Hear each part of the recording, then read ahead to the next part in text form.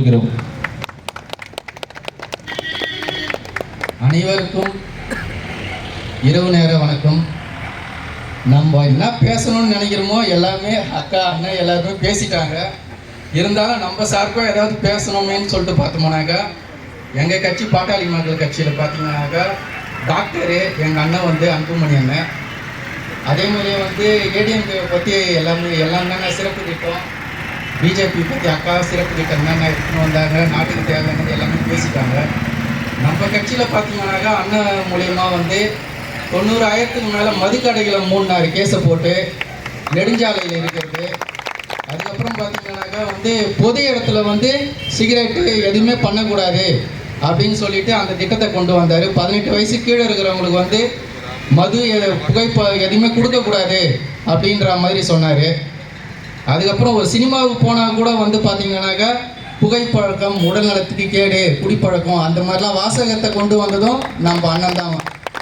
இதெல்லாம் வந்து திட்டமிட்டு இந்த கூட்டணியில் வந்து தலைவர்களாம் முடிவு செஞ்சு இந்த திமுக வந்து இதோட முற்றுப்புள்ளி வைக்கணும்னு சொல்லிட்டு திட்டமிட்டு இந்த கூட்டணி வந்து அமைஞ்சிருக்குது. நம்மளுடைய கூட்டணி வந்து வெற்றி கூட்டணி.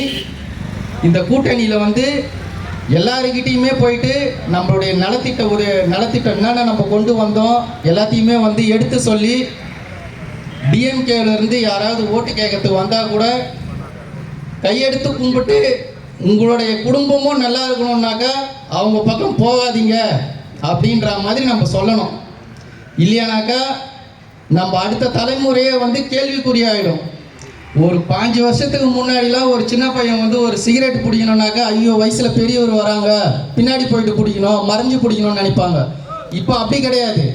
வயசில் பெரியவங்க வந்து ஐயோ அந்த பையன் தம் பையன் அவன் முன்னாடி நம்ம நடந்து போனாக்கா அவன் சிகரெட் பிடிக்கலாம், நம்மளுக்கு மரியாதை குறைவாக இருக்குதுன்னு சொல்லிட்டு ஒதுங்கி போகிறாங்க. அந்த மாதிரி காலம் ஆகி போச்சு. ரீல்ஸ் எடுத்து போடுறான், கத்தி எடுத்து வெட்டிக்கின்னு எப்படி பண்ணுறோம் பார்த்தல அப்படின்ற மாதிரி ரீல்ஸ் எடுத்து போடுற காலத்தில் வந்து நம்ம வாழ்ந்துன்னு இருக்கிறோம். நம்ம வந்து திமுகவை நல்லவங்க கெட்டவங்க நான் சொல்ல வரல, அவங்களுக்கு சட்டம் ஒழுங்கை வந்து அடக்கி ஆளக்கூடிய திறமை இல்லை, கெப்பாசிட்டி இல்லைன்னு தான் சொல்ல வரேன்.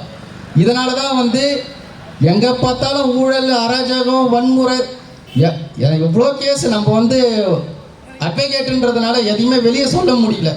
இப்போ நம்ம கார் எடுத்துன்னு வரோம், மெயின் ரோட்டில் ஒருத்தன் குடிச்சின்னு தள்ளாடின்னு வரான், அவன் நான் பிரேக் அடிக்கலையானாக்கா அவன் மாட்டின்னு இருப்பான். அதுக்கப்புறம் வந்து நம்மளாம் வந்து எல்லாருமே திட்டுவான் வண்டியில் ஏற்றிட்டியாடான்னு சொல்லிட்டு. அவன் கிட்ட போயிட்டு தூக்கி ஓரமாக போகிறதுக்கு கூட நம்மளால முடியல. அவன்கிட்ட அவ்வளோ ஸ்மெல்லு. கேட்டாக்கா அவன் 130 150 ரூபா சரக்கு குடிச்சிட்டான்னு சொல்லிட்டு நம்ம ஃப்ரெண்டு சொல்கிறாரு. அவ்வளோ ஸ்மெல்லு தாங்க முடியல. இந்த மாதிரி இருந்தாக்கா அவங்க கூட எப்படி பொண்டாட்டி வாழ்வாங்க? நீ டைவர்ஸுக்கு தான் வந்து நிற்கணும் கோர்ட்டில். இன்னொரு விஷயம் பார்த்தோம்னாக்கா இந்த நாட்டு மக்கள் வந்து எப்பயாவது குடிச்சிக்கின்னு எப்பயாவது கஷ்டப்படுறவங்க கூட அந்த வருமானத்துலேருந்து ஒரு பகுதி எத்தனை வந்து நீ குடிக்க வந்து கொடுக்கணும் அப்படின்ற மாதிரி நீ ஆலைங்களை வந்து திறந்து வச்சிருக்கிற. அப்போ இந்த சரக்குலாம் வந்து இவ்வளோ மட்டமான சரக்குலாம் சிஎம்ஓ அவங்க டெப்டி சிஎம்லாம் குடிப்பாங்களா? இவ்வளோ கேவலமாக அப்போ வந்து நாட்டு மக்களை வந்து கேட்டு போனோம். உங்களுக்கு தேவை நீங்கள் சொகுசாக இருக்கணும், நீங்கள் மட்டும் சொகுசான வாழ்க்கையை வாழணும், நாட்டு மக்கள் கெட்டு போனாலும் பரவாயில்லன்னு சொல்லிட்டு அவ்வளோ மட்டமாக நீங்கள் ஆட்சி நடத்துகிறீங்க. எதில் போனாலும் ஊழல். ஐயா எல்லாத்தையுமே சொல்லிட்டாரு.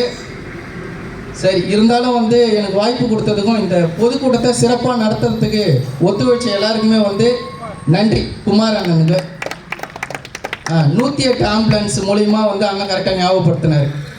அது மூலிமா பயனடைஞ்சவங்க ஏராளம் பேர்.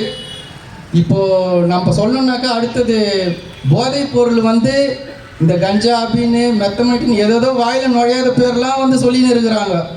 இதெல்லாம் வந்து நம்ம பெற்றோரும் சரி நம்ம பசங்களையும் நம்ம வீட்டில் ஒருத்தர் ஏதாவது ஒரு விஷயத்தில் பாதிக்கப்பட்டிருக்கிறாங்க. அது எல்லாமே தெரியும்.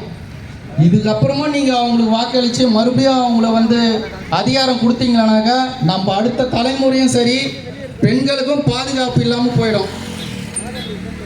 அதனால் திட்டமிட்டு கரெக்டாக முடிவெடுத்து இந்த தேர்தலை வந்து நம்ம சிறப்பாக சந்தித்து நம்மளுக்கு யாரை வேட்பாளராக நிறுத்துகிறாங்களோ அவங்களுக்கு வந்து முழு ஒத்துழைப்பு கொடுத்து அவங்கள வின் பண்ணுறதுக்கு எல்லாமே சப்போர்ட் பண்ணணும். இது வந்து தெருமூன கூட்டம் மாதிரியே தெரில. இவ்வளோ பேர் வந்திருக்கிறத பார்த்தாங்க 100 பேருக்கு மேலே சும்மா ஒரு தெருமூன கூட்டம்னாக்க 10 பேர் 5 பேர் தான் இருப்பாங்கன்னு பார்த்து வந்தாங்க. இவ்வளோ பேர் இருக்கிறீங்க. அப்போ இவ்வளோ பேருக்கும் வந்து இந்த ஆட்சி மேலே எவ்வளோ வெறுப்பு இருக்குது. அப்படின்றது வந்து தெரியுது. அதனால் இந்த தடவை வந்து நம்ம சிறப்பாக திட்டமிட்டு செயல்படணும்னு சொல்கிறேன். இல்லையானாக்கா அடுத்த சந்ததியினரை வந்து நம்ம காப்பாற்ற முடியாமல் போயிடும். இப்போ வந்து நீங்கள் அப்பாவாக இருக்கிறீங்க, அடுத்த ஜென்ரேஷனில் வந்து அவங்க அப்பாவாக